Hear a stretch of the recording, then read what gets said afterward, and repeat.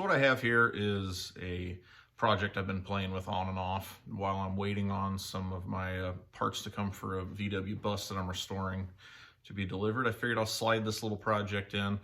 Might have seen the patina video and the C-notch video and stuff on this 70 short bed that I'm doing. This one's pretty neat. I kind of got carried away with driveline in it. I'll show you that later, but what I ended up doing was I'm kind of going for like a mix of modern and kind of old, I don't know what they call it, rat roddy, kind of crunchy still, but halfway modern. So driveline's modern. Couldn't really decide what I want to do on gauges.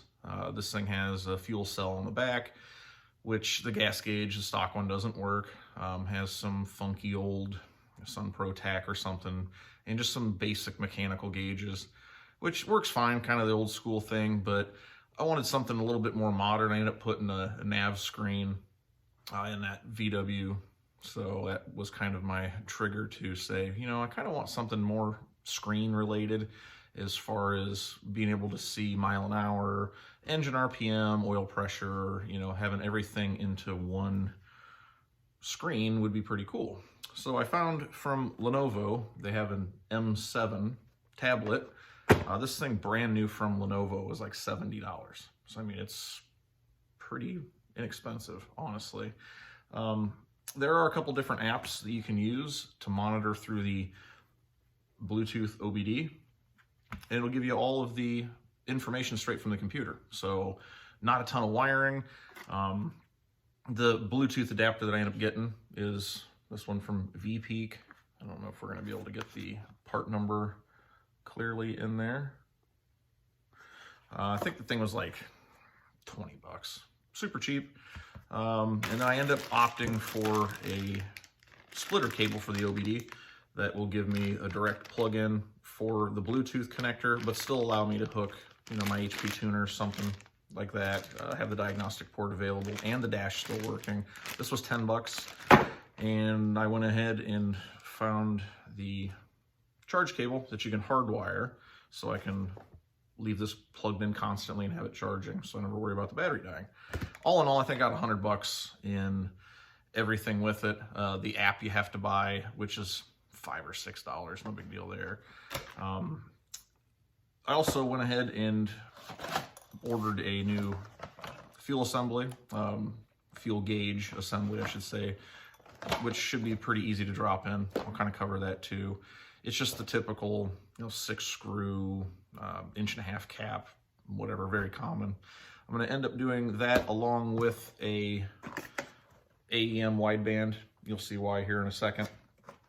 Something that I always like to run on engine combos like this. Just for safety's sake, I have had fuel pumps that will run perfect up until about an hour, hour and a half worth of drive time, and then start to lose the ability to make pressure, which is a horrible situation if you have anything that's not just NA. But yeah, we're gonna go a little bit custom with this one. The instrument cluster does nothing for me. The speedometer doesn't work with my transmission. It will never, because it's a mechanical drive, and I don't have a mechanical tail shaft on the transmission we have. All the rest of the gauges, I mean, this was not a highly optioned truck, so it only has the 2 round holes. I don't care about chopping it up. First thing I'm going to do is just kind of walk over the truck and kind of show you what I'm working with and why I'm doing this, and then I will connect my tablet, Bluetooth, make sure everything works before disassembling the dash and getting to the real beef of this project on kind of how I'm hoping that it turns out, how I want it to look. So yeah, let's take a look at the truck. I glanced over that we'd be getting to the drive line at some point in the patina video that I did, and today's the day to see exactly what we have under the hood of this thing. So the truck looks right. It's got the right stance. You know, it's kind of got the modern feel to it. Did a upgrade on some of the brakes and suspension pieces and stuff. And the real star to this show is that little guy. It actually has a 6-liter bottom end, LS2 heads, the LSA blower, and a BTR stage 3 positive displacement, or whatever they call it, camshaft, and then all the supporting BTR valve train and everything. This is backed with a 4th gen T56 6-speed. Pretty freaking awesome combination. It drives awesome. It has just tons of power. Right at 5 1/4 to the ground at the rear tire through a 12-bolt rear end. So I'd really have been hesitating on getting it under boost. I hate anything boost related that doesn't have some sort of wideband, just to make darn sure. They're not the most accurate, but they'll tell you if things are going south fuel system wise. But like I was saying, the original setup that came with the truck is functional, I guess, at best, the way to put it.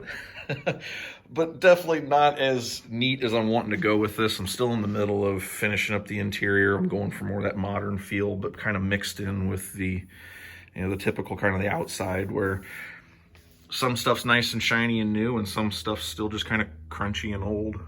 So I think this is going to be a pretty slick little combination that's going to really look neat, kind of look the part of what this truck is going to be once I'm finished with it. So I'm going to get to hooking up the Bluetooth adapter and all that stuff, make sure that the app works. I'll run through which app I'm using, show you all that information. So if you want to kind of mimic this project, it should be fairly simple and fairly cheap. If you don't have the supercharged or turbocharged engine, obviously you can not opt to go with the wideband. The wideband was the most expensive part of this whole thing. I think the gauge, I got it for like 165 bucks, and the Bosch wideband sensor was $35 or $40. So anyways, let me get this thing plugged in. We'll make sure that it functions properly and it's not very weird or looking strange once I put it to the dash, and then we're going to tear the dash out of it, and I'll kind of fill you in on what my thoughts are there. So what I'm using is the torque app. Very easy to deal with, and you can customize it, moving your gauge display around, that kind of stuff. I'm pretty happy with it. I'll put the tack larger, speedo smaller, that kind of thing, but it's usually working fine with the adapter. I've got it just plugged in to the OBD for right now while I set everything up. Super easy to deal with, and it connected right away. So pretty happy. I'm going to see what it does after we shut it off, because I'm still kind of curious to how the tablet's going to work.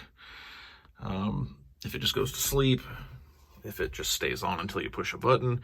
If that's the case, then it might be kind of a pain in the butt. Oh, it pops right back up.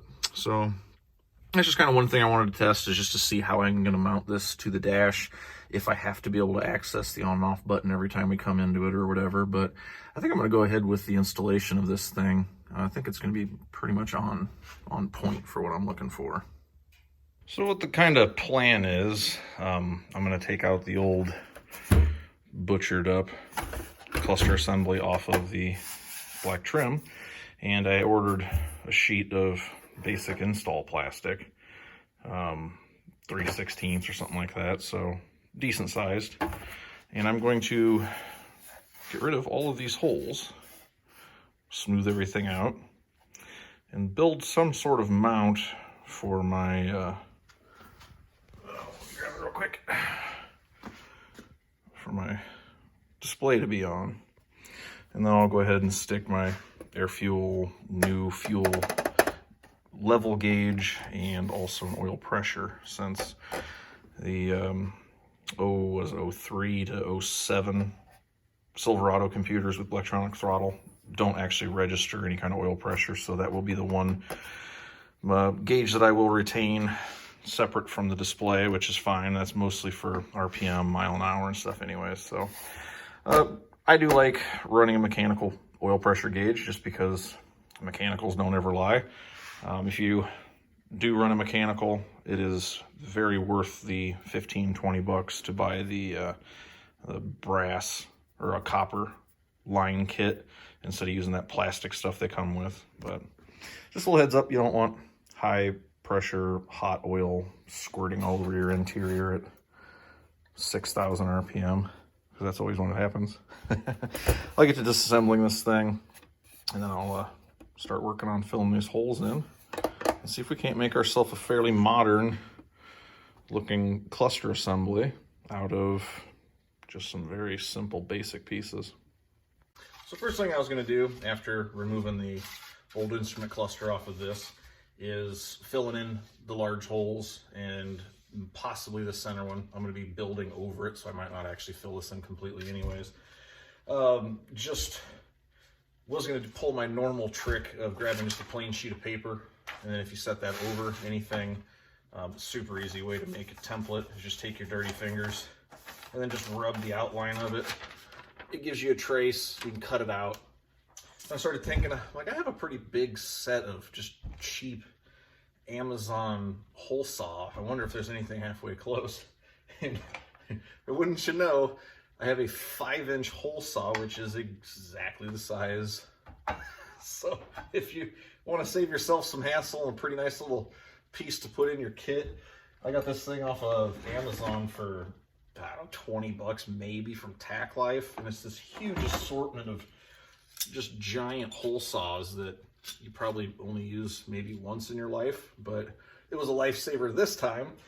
So I'm Tack Lifing it up. I'll cut a couple holes out of here and then try to retain as much of the rest of this plastic so I can build some sort of mount for that display and go from there. One thing that is going to be very helpful with this project is, if you haven't seen any of these things yet, they're a plastic soldering kit, which basically has these tiny little pieces of metal that goes in between those two pins here at the front. And that just goes in the tip of this thing, and when you plug it in, this gets almost red hot and lets you just kind of work it in and melt it and twist it, and it just makes a super strong bond.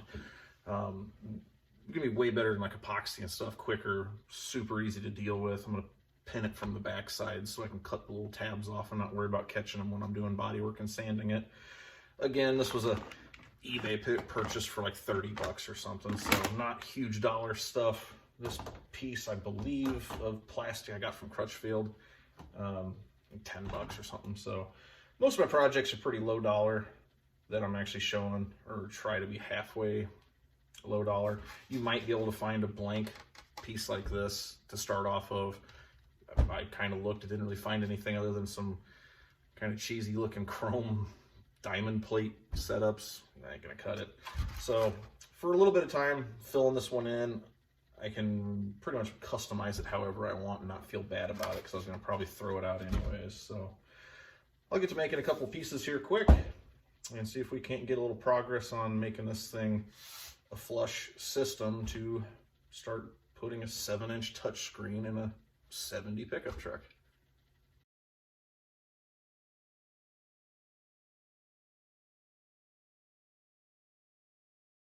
So a couple minutes with the hole saw, end up with something like this, and with just a touch of cleaning up the cut line, I have a pretty much perfect plug.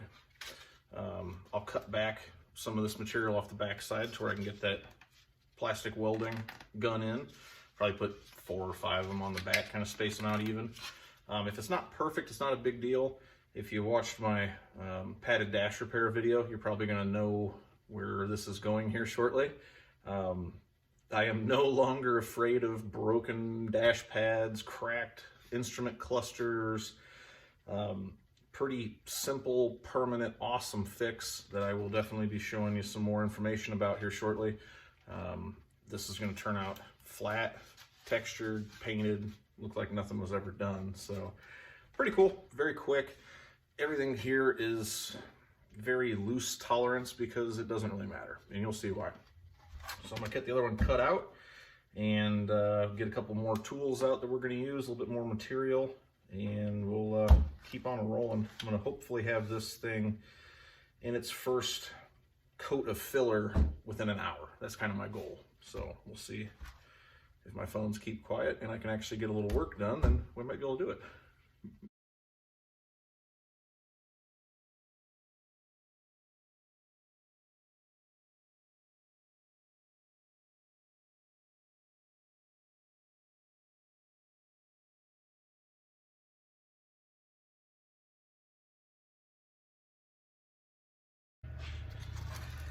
All right, so now I got one side done. We're pretty close. I just air saw hacked all that stuff that was raised up to mount the old cluster in off. And now I can actually get to the back side of this thing. And I'm gonna try to get this as flush as possible when I do mount it. Then I'm gonna come in from the back side with my plastic stapler or whatever you wanna call it and secure it down. Once I am pretty happy with that, then we can move for the other side. I won't bore you with the process, it's the same thing. And get the stapling done, kind of show you that thing real quick, how that works once I get this smoothed down a touch. So far, pretty simple.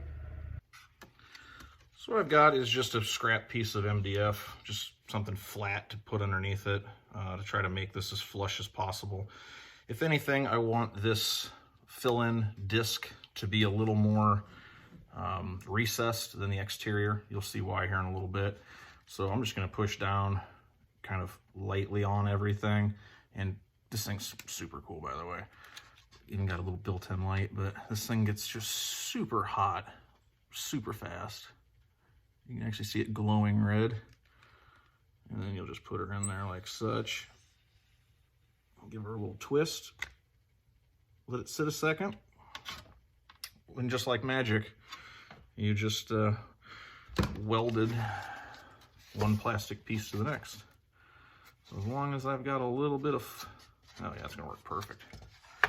Yeah, I'll just plug them around every couple inches around here and move on to the next one. This is going about as expected, really easy. I think it'll be a really cool upgrade to do your faux sniper EFI screen project, kind of like I'm trying to do.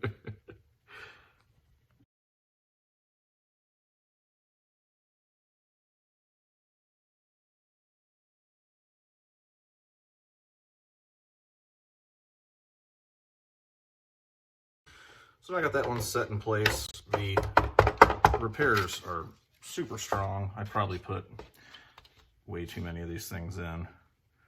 Yeah, I put 7 of them in there, but oh well, it's not going anywhere, that's for sure.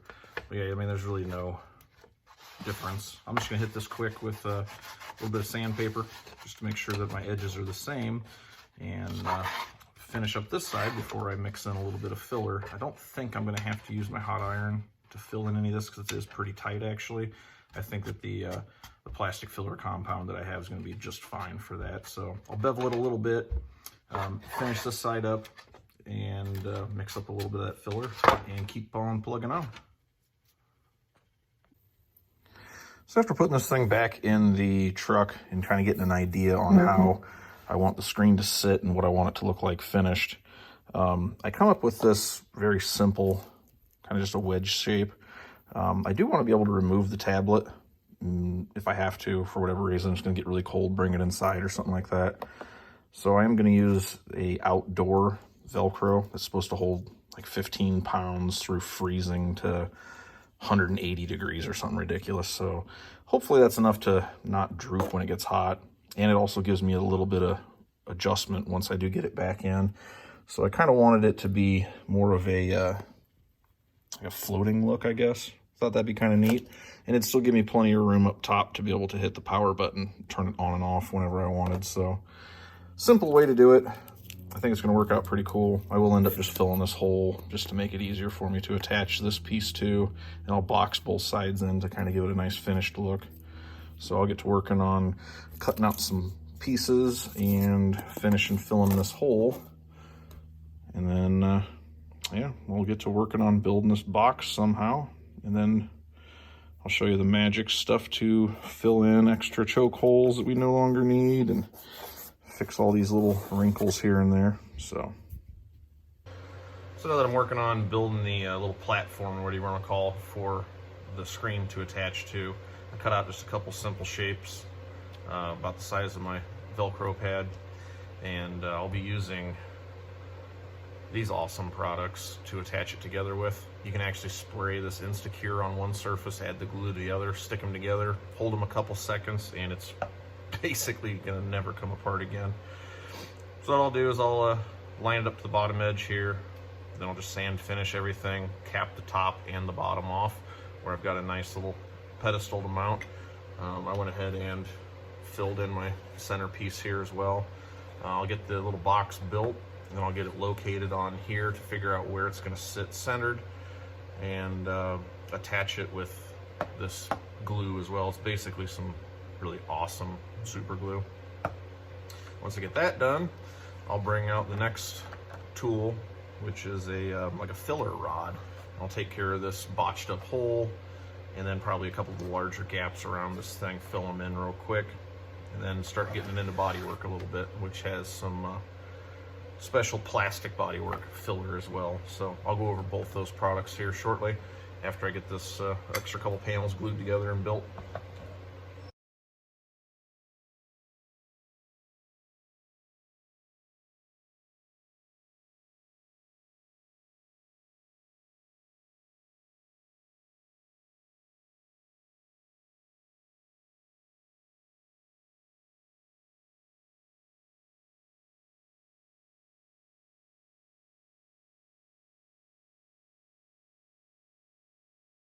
So now that I got my little mounting box built, pretty simple, doesn't have to be perfect. I'm gonna body work this anyways, so I just got it close, got it halfway flat. Take a sander, kind of knock the edges down a little bit, make it fit as flush as possible, but that's kind of what I'm going for. And I think that this is gonna be pretty neat once it gets sanded out, textured again, all that kind of stuff. So it gives me a good base to mount to. It should be pretty secure.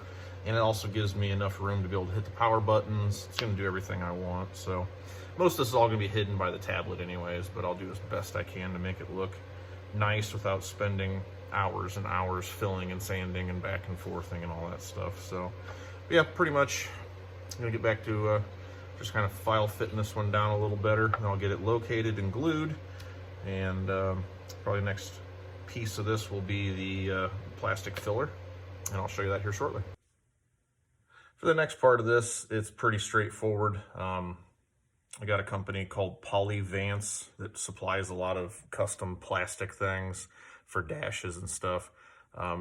You want more product information, I put a lot of that on my padded dash repair, part numbers for the iron and all that stuff. But this stuff is super awesome to work with. Filling in large gaps, you literally just melt a little bit of this material and just push it into the groove. Couldn't be much easier, and it comes out really well. Comes out very strong too. So that I keep referencing that padded dash video I did, and that turned out way better than I was expecting it to. I thought we were gonna have to get a whole new dash for that poor thing, but I was able to save it with this kind of product. This is just the filler rod to really bridge those large gaps, and then I'll come back over it with that special plastic filler that they have. Smells a lot like a Bondo, but I'm sure it has all sorts of lovely chemicals in it that make it work well with plastic and bond to it well. Yeah, just a couple minutes with this thing, and you can see it's pretty easy, pretty quick moving along. So I'm gonna get a lot of the bigger holes filled up. Just gonna put a little piece of scrap metal behind this actual hole here, just to have something to press this against so it doesn't just keep falling through. But other than that, if you get it halfway close, hit it with a grinder quick, and then just put a skim coat of the, I'll show you the padded filler stuff through here. It should work out really well. It doesn't sand too bad either, so it's not like you're gonna be spending your life trying to body work this thing. I'm not going for perfect, just a heck of a lot better. So I'll finish this boring, tedious stuff up here quick. Only takes a little bit anyways, and probably get it in its first coat of filler and let it dry. And when we're all done playing with our magic melty wand, end up with something that's not too awful bad. You could definitely spend more time and try to get it as flat as possible. I just hit it with the grinder wheel quick, just to kind of get it, if anything, a little lower than the original panel, because I am going to skim it all around all these areas anyways. So I'm going to wipe it down good with a degreaser first. Once it's degreased and dried, I'll hit all of these areas with the filler prep, the adhesion promoter. And then once that cures, start laying a little bit of filler on top of it, and hopefully with one, maybe two coats, a little bit of sanding, we got ourselves a nice platform to fit back into the truck. And then you can look at something like that. I'll put the Velcro across it with an adhesion promoter, and then I'll actually screw this into the truck and mount the tablet to the Velcro then I can drill my hole for my power cord and start the actual install process of this thing. We'll be cutting a couple holes obviously for the gauges. Haven't figured out the configuration of that yet, so I'll get this step done, get it flat, and then move forward.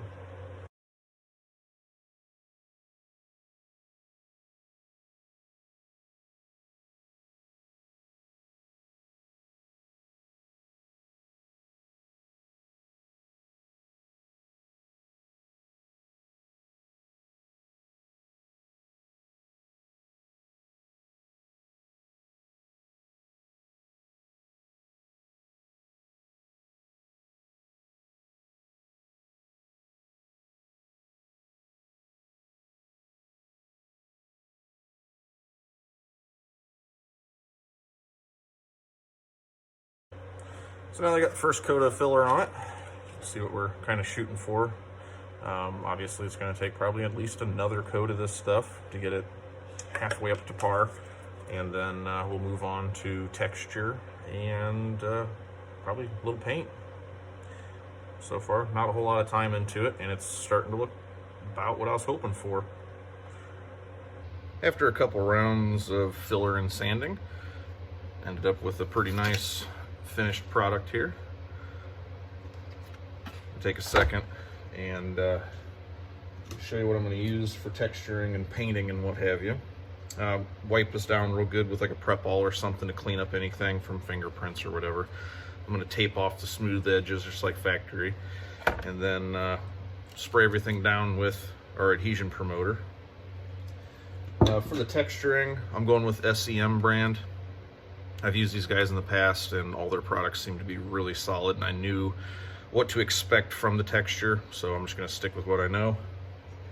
And then also the color coat that I'm putting on is going to be from SEM as well. Again, used these guys in the past for a couple projects and they hold up really good. I actually used some of this stuff on a CTSV, like side skirts, painted on the aftermarket stuff, and they held up to rock chips and stuff really well. So I'll get this taped off, prepped, and throw a little texture on it, and we should start to see kind of a finished product here.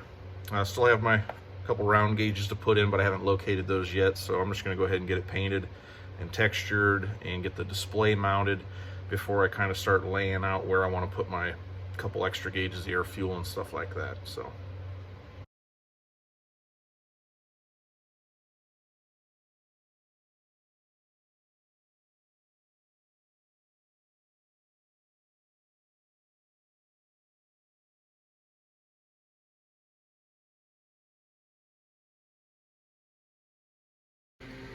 after a couple good coats, two fairly decent medium, I'd say, not super heavy. You can see how nice the texture comes out and how even it lays. That's as far as I want to go with it. You can do as many obviously as you want, but I don't want it super textured. That's without top coat. I'll want to take the tape off and then hit it with a couple good coats of the color coat is what they call it, and get to installing this thing.